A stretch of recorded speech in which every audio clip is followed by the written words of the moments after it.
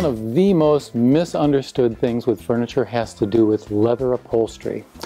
Leather is a product of nature, obviously. That is really something that has no standards at all. The standards are going to be something that you'll identify by eye, and I'm going to show you how to identify a really high quality piece of leather. Leather can really be of 2 or 3 different varieties, and the thing to understand is the less that's done to a hide, the better it looks, the longer it lasts, and the better it feels. Hides that have no services applied to them in the tannery are going to be the best feeling ones. The leathers that will not last and the leathers that don't feel good are going to be leathers that have coatings. They usually take hides that are not high quality hides and they sand them down in a tannery to the point where maybe 50% of the hide is removed. That's then replaced with urethane coatings and or vinyl coatings, and those are some of the leathers that you'll see on furniture today. Natural hides or full top grain leather hides are the most desirable ones, and they're the most expensive ones.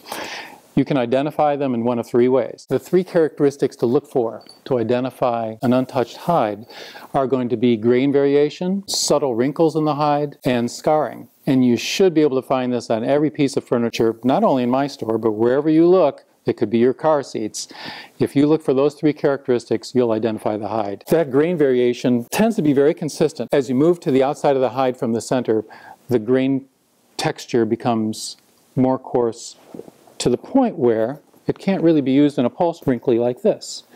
When you get to this part of the hide, it's discarded, and this is what becomes shoes and belts and smaller pieces of apparel. What the furniture industry is interested in is the center part of the hide and working out from that somewhat.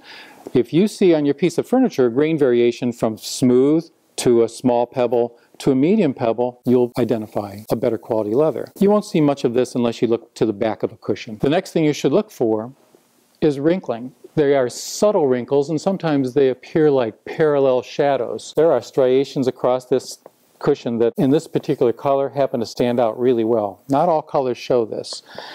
Those are the original wrinkles of the hide. If you look closer still, you're going to see lines that are actually the scars. Oftentimes tanneries are tempted to run a hide through a sanding mill just to take off that top millimeter and then replace that with urethanes or different coatings. The problem with it is you get a nice consistent surface and you get nice consistent grain texture and you don't have these subtle little markings of a natural hide, and it looks more formal. So with apparel, I think that's a good thing. With furniture, it's not such a good thing.